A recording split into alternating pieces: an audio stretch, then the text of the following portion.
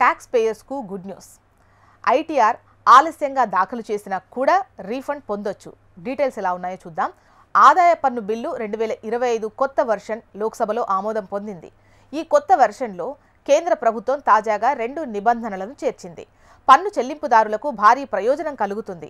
IT bill మొదటి version అధ్యయనం తర్వాత పార్లమెంటరీ కమిటీ అందులో 285 సవరణలు చేయాలని ప్రభుత్వానికి సూచించింది. పన్ను చెల్లింపుదారుల ప్రయోజనాలను దృష్టిలో ఉంచుకొని కేంద్రం అనేక సిఫార్సులను ఆమోదించింది.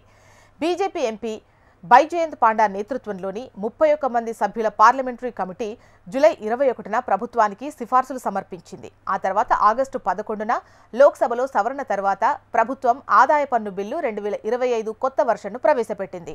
ఈ కొత్త ఆదాయ పన్ను చట్టం ఏప్రిల్ 1, 2026 నుంచి అమల్లోకి వస్తుంది.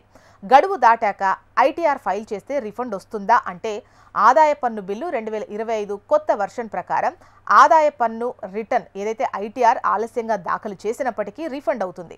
పన్ను చెల్లింపుదారులు గడువు తేదీ తర్వాత రిటర్న్ దాఖలు చేసినా వారికి రీఫండ్ వస్తుంది. ఆదాయ పన్ను బిల్లు మొదటి వెర్షన్ ప్రకారం అయితే ఆలస్యంగా రిటర్న్ దాఖలు చేస్తే రీఫండ్ రాదు. తాజాగా ఈ నిబంధనపై అభ్యంతరాలు వ్యక్తం కావడంతో కేంద్రం కొత్త వెర్షన్లో ఈ రూల్ తెచ్చింది.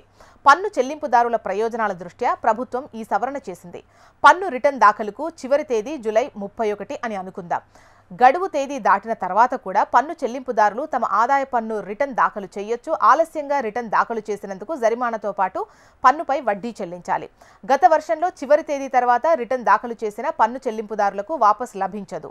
ఒక మాటలో చెప్పాలంటే ఆలస్యంగా ఐటీఆర్ దాఖలు చేస్తే పెనాల్టీలు మాత్రం తప్పక చెల్లించాలి. రీఫండ్ పొందడానికి ఎలాంటి ఇబ్బంది ఉండదు.